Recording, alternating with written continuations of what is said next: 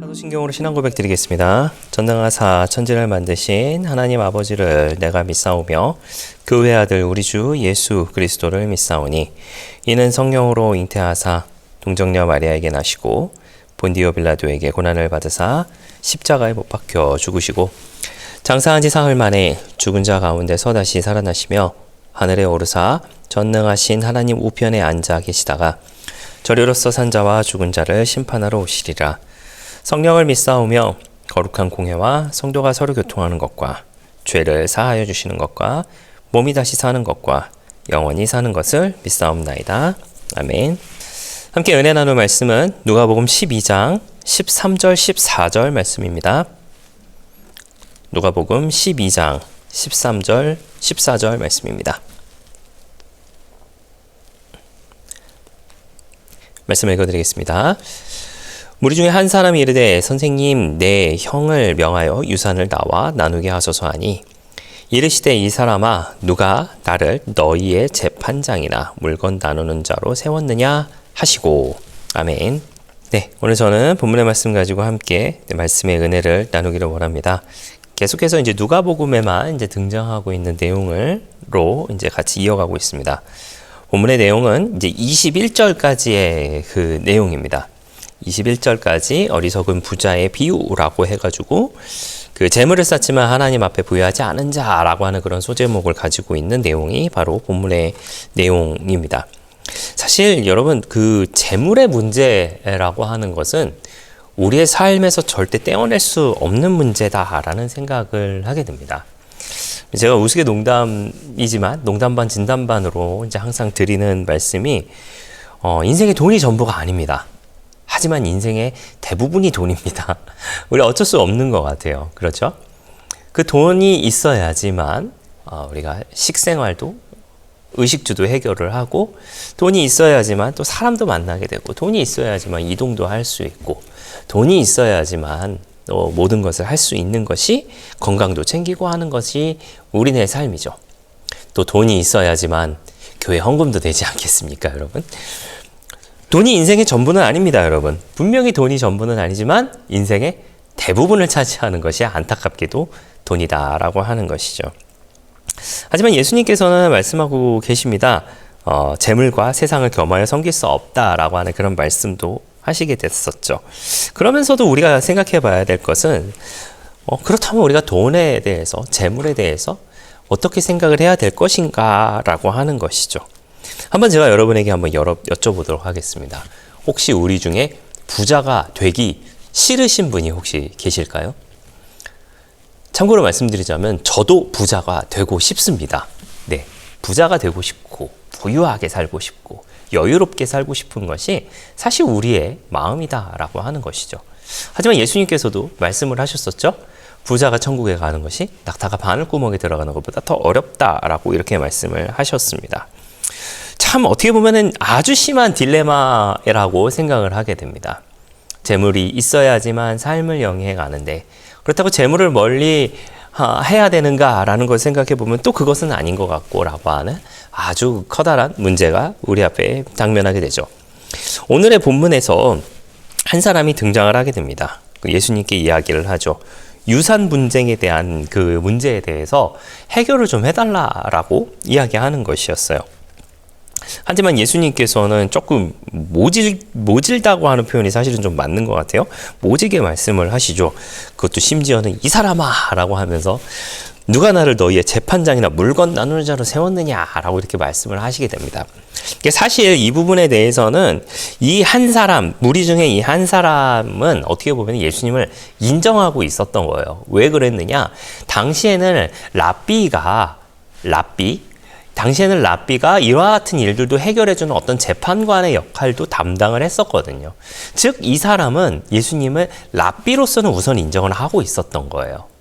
그 랍비인 예수님께 이야기해서 지금 나에게 당면한 이 문제에 대해서 해결해 주기를 바라는 것이 이 사람의 모습이었던 걸로 봐서는 그냥 단순하게 이 사람이 어딘가에 하소연하고 있다라기보다는 정말로 훌륭한 랍비의 모습으로, 선생의 모습으로 보여주고 계시는 그 예수님께 이와 같은 것을 요청하고 있었다라고 하는 것이죠. 그런데 예수님께서는 나는 그런 사람이 아니다 라는 식으로 말씀을 하시죠. 그 다음 구절을 제가 조금 읽어드리도록 하겠습니다. 15절부터 그들에게 이르시되 삼가 모든 탐심을 물리치라. 사람의 생명이 그 소유에 넉넉한데 있지 아니하리라 하시고 라고 하면서 말씀을 계속해서 이어가고 계신다라고 하는 것이죠. 사실 탐심의 본질이라고 하는 것은요, 더 가지려고 하는 마음에서 시작이 됩니다.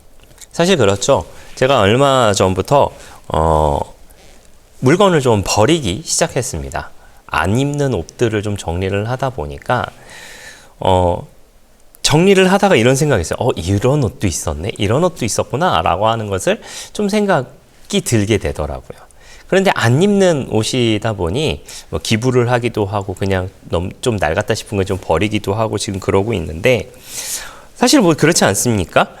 우리가 살아가면서 옷이라고 하는 것이 어떻게 보면 중요한 역할을 담당하는 것은 분명합니다. 그런데 여러분, 솔직하게 우리가 한번 이야기를 좀 해보시죠. 입을 옷이 없습니까? 아니면은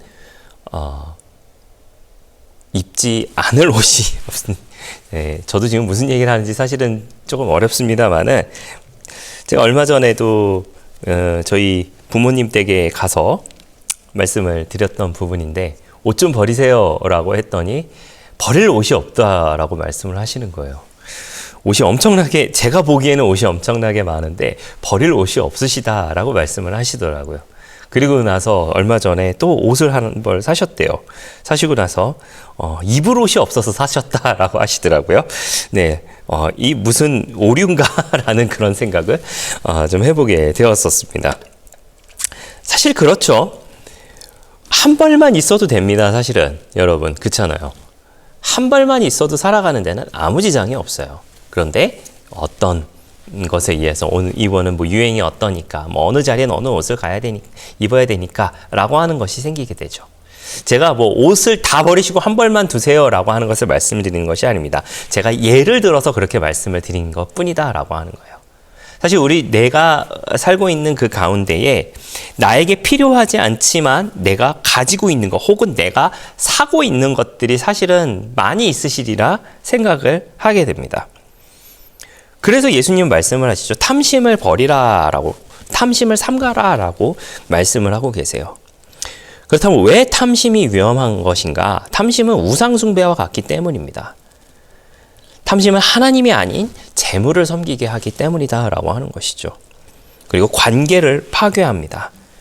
형제 사이, 부부 사이, 친구 사이, 뭐 이런 것들을, 관계를 파괴하게 되는 것이 탐심으로부터 비롯된다라고 하는 것이죠. 오늘 읽으셨던 이 본문의 한 사람도 마찬가지잖아요. 부모님의 유산이 있는데 그 형의 탐심으로 인하여서 유산을 나눠주지 않는 것을 통하여서 서로의 얼마나 분쟁이 일어났겠어요.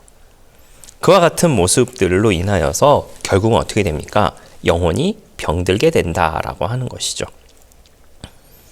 그러면서 예수님은 연이어서 16절에서 20절까지의 말씀을 통하여서 이렇게 비유로 말씀하고 계십니다.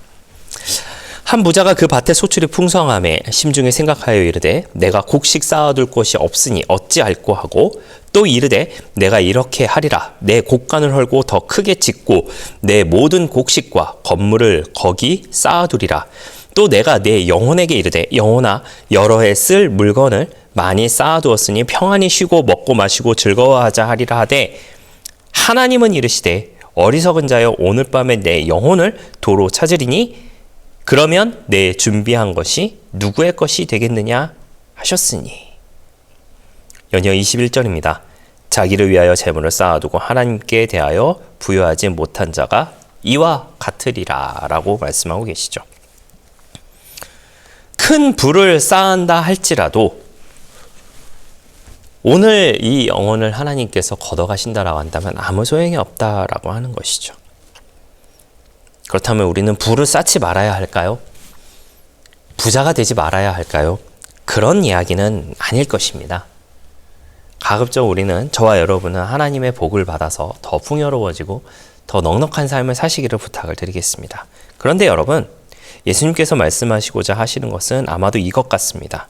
하나님께 부요한 자가 되라라고 하시는 것 같아요. 하나님의 뜻에 따라 사는 사람, 하나님의 나라를 먼저 구하는 사람, 그리고 이웃과 나누며 선을 쌓아가는 사람이 되라. 그리고 그 사랑을 실천하라라고 말씀하시는 것이 예수님의 말씀이시다라고 하는 것이죠. 여러분, 진짜 부요함은 어떤 것일까요? 시간, 재능, 물질을 하나님과 이웃에게 넉넉하게 사용할 수 있는 사람이 진정한 부요한 사람이 아닐까라는 생각을 하게 됩니다. 마태복음 6장 20절에도 오직 너희를 위하여 보물을 하늘에 쌓아두라라고 말씀하고 계세요. 고린도후서 8장 9절에 바울도 부요하신 예수 그리스도께서 가난하게 되심은 우리를 부요하게 하려 하심이라라고 이렇게 이야기하고 있습니다. 사랑하시는 성도 여러분, 우리도 쌓아가며 살아가시는 저와 여러분 되시기를 부탁을 드리겠습니다. 어디에? 하늘 창고에 쌓아가며 살아가시는 저와 여러분들 되시기를 부탁을 드리겠습니다. 우리 모두가 하나님의 복을 충만하게 받아서, 풍성하게 받아서 더 부자가 되시기를 바랍니다. 더 건강해지시기를 바랍니다. 더 여유가 넘치시기를 바랍니다.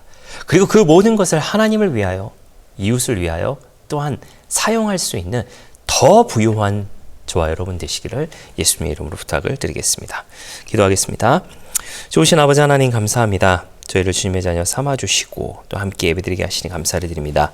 우리에게 탐심을 버리게 하여 주시고 주님 주신 것을 더욱더 나누며 살아갈 수 있는 하나님께 대하여 더 부요한 자가 되며 살아가는 우리 모두가 되게 하여 주시옵소서. 감사를 드리며 예수님의 이름으로 기도하였습니다. 아멘. 주기도문으로 마치겠습니다. 하늘에 계신 우리 아버지여, 이름이 거룩히 여김을 받으시오며 나라가 임하시오며 뜻이 하늘에서 이루어진 것 같이 땅에서도 이루어지이다. 오늘 우리에게 일용할 양식을 주시옵고 우리가 우리에게 죄 지은 자를 사하여 준 것 같이 우리 죄를 사하여 주시옵고 우리를 시험에 들게 하지 마시옵고 다만 악에서 구하시옵소서. 나라와 권세와 영광이 아버지께 영원히 있사옵나이다. 아멘.